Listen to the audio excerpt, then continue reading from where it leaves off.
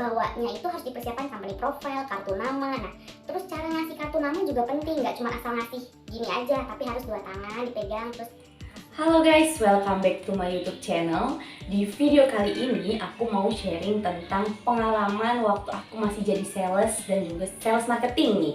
Jadi awalnya itu kenapa nih aku kepikiran buat ambil tema konten ini, karena ada beberapa temen yang nanya, dulu kan Banita kerja jadi sales marketing tuh, bisnis to bisnis, dari satu perusahaan ke perusahaan lagi. Nah, itu gimana sih Mbak kerjaannya? Nah, terus karena dia mau coba melamar di posisi itu, nah apa aja sih yang harus dipersiapkan untuk posisi itu?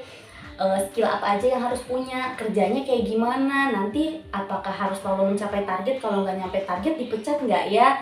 Terus diajarin dari nol nggak sih kalau nggak punya pengalaman? Nah, di sini aku mau bahas dan juga sharing berdasarkan pengalaman aku dulu nih teman-teman. Mudah-mudahan sih bisa bermanfaat buat teman-teman yang mau mencoba melamar untuk pekerjaan sebagai sales atau marketing di salah satu perusahaan untuk B2B, atau mungkin yang mau tahu nih sebenarnya job desk-nya apa untuk mulai di posisi itu gitu. Oke, langsung aja.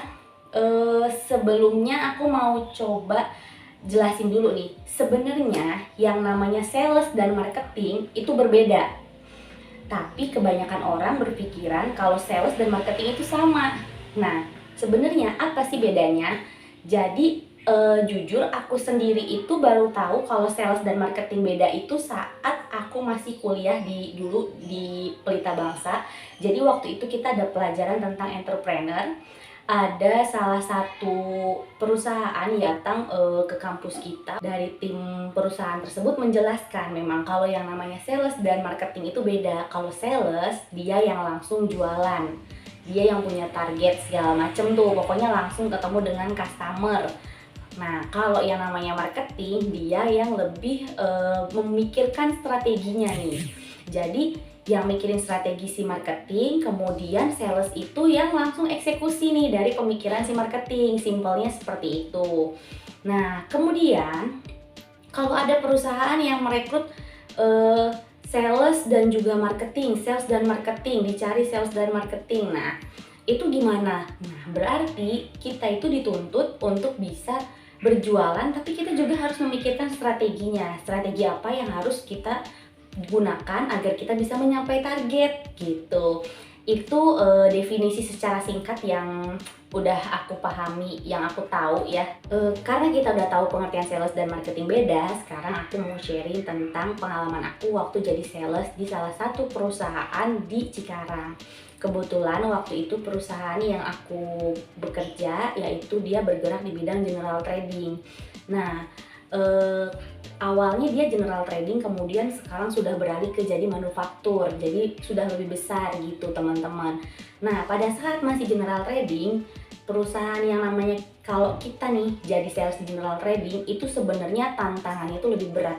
Entah itu jadi marketing, sales marketingnya atau menjadi purchasingnya. Karena apa? Di situ itu baik sales atau purchasing itu dituntut untuk mengerti semua barang yang diminta oleh kebutuhan customer nih. Nah, terus barang-barangnya tuh kayak gimana sih? Macam-macam, mulai dari electrical, technical, terus chemical, terus ATK dan segala macam. Jadi mulai dari yang simple sampai yang agak ribet gitu. Dari mulai yang kayak cuman masker, hairnet, terus kebutuhan ATK sampai ke yang alat-alat relay dan segala macamnya seperti itu. Nah, kemudian tantangannya di sales tuh apa sih gitu? Tantangannya adalah yaitu harus mencapai target. Nah, dan di sini tuh aku secara job desk nih ya, kita mau sharing dulu nih job desk-nya si sales itu apa sih? Yang pertama, karena sales itu punya target penjualan sebulan itu, misalnya contoh ibarat kasar, misalnya harus mencapai target 250 juta. Nah, untuk mencapai 250 juta itu kan sales harus punya strategi tuh. Nah, strateginya apa aja, job desk-nya apa aja. Nah, job desk-nya dulu nih, job desk-nya kan satu harus mencapai target ya kan. Mencapai target itu job desk-nya apa? Harus mencari customer baru. atau harus kalau udah dapet customer baru kemudian lanjut nih yaitu maintain customer. Jadi gimana caranya si customer itu nggak lari ke tempat lain tapi terus order ke tempat kita.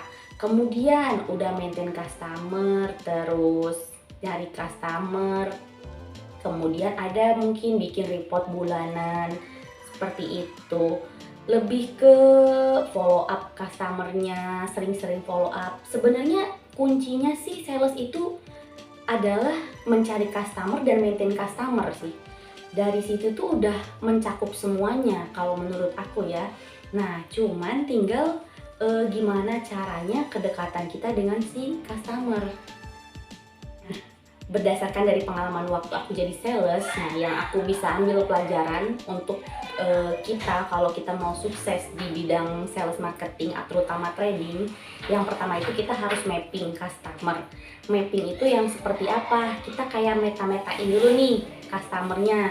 Mau customer kan misalnya kita bekerja di daerah Cikarang nih. Di Cikarang itu kan ada MM2100, ada Jababeka, ada Hyundai, ada Delta, ada Egypt, kan ada macam-macam nih kawasannya. Dari area tersebut tuh kita udah harus punya list nih, list PT-PT di daerah ini ada apa aja ya kan, perusahaannya ada apa aja. Kemudian setelah kita dapet, kita harus tahu nih perusahaan ini bergerak di bidang apa, entah itu elektronik atau otomotif, kemudian mungkin farmasi kesehatan atau mungkin makanan ya kan.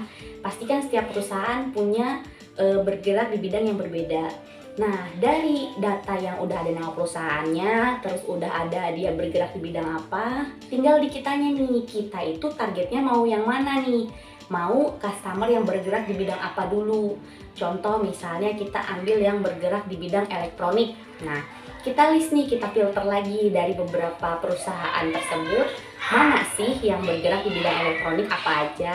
Nah kemudian saat kita udah tahu, tinggal kita hubungi nih kontak personnya si perusahaan. Kalau misalnya itu bisa dengan cara canvassing, bisa datang langsung ke perusahaannya, kita nitipin company profile, terus ada kita kasih kartu nama, kita titip di security. Itu misalnya secara langsung ya.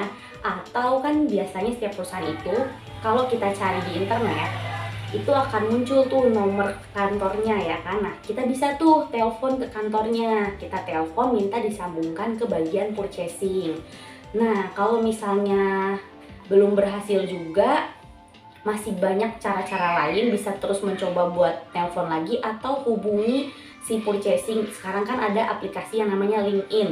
Nah dari LinkedIn itu juga banyak nih, kita bisa coba lihat di perusahaan ini. Kalau kita search nama perusahaannya, oh purchasingnya siapa, kita bisa coba DM si purchasingnya buat memperkenalkan diri kita dari perusahaan apa, bergerak di bidang apa, dan tertarik untuk bekerja sama, seperti itu. Nah ketika misalnya nanti udah nyangkut nih, ada satu purchasing yang memberikan respon yang baik gitu. Nah biasanya nanti kan lanjut ke pertemuan meeting. Nah pada saat meeting, nah itu tuh harus perhatikan nih. Ini yang sering terjadi kesalahan untuk para sales baru. Pada saat dia udah berhasil, udah dapet bola ibaratnya ya kan, udah dapet bola, bisa meeting sama si customernya, perusahaan A yang bergerak di bidang elektronik seperti yang diharapkan. Pada saat datang harus satu, kalau misalnya kita janji datang jam 2 setelah makan siang atau jam 10 before lunch, bebas jam berapa, harus tepat waktu. Nah sebelum datang biasanya konfirmasi dulu. Bagusnya itu konfirmasi pagi bu, siang bu, atau enggak pagi pak, siang pak, hari ini saya jadi ya ke PT bapak namanya apa gitu ya kan. Terus untuk meeting memperkenalkan tentang perusahaan kita gitu kan. Setelah datang, nah sebelum datang banyak hal yang harus dipersiapkan, tapi kadang sales baru ini suka lupa. Jadi ada beberapa yang dia pas datang itu bawa company profile hanya satu untuk si usernya aja nih, untuk si purchasingnya aja. Dia sebaiknya adalah bawa company profile itu 2 atau 3. Misalnya yang ditemui purchasingnya hanya satu, kan tetap nih dikasih satu, tapi kita satu, si sales itu harus pegang juga. Jadi misalnya si purchase-nya buka nih, ngecek oh ini apa ya Pak, halaman berapa. Jadi nggak saling satu buku ngeliat-ngeliat gitu loh. Jadi lebih ke bapaknya juga bisa buka, misalnya ada ini nggak Pak, ada dibuka di halaman berapa, oh ini Bu halaman 9, halaman 10. Jadi nggak satu itu buat berdua, tapi punya megang masing-masing biar ngeceknya juga lebih enak.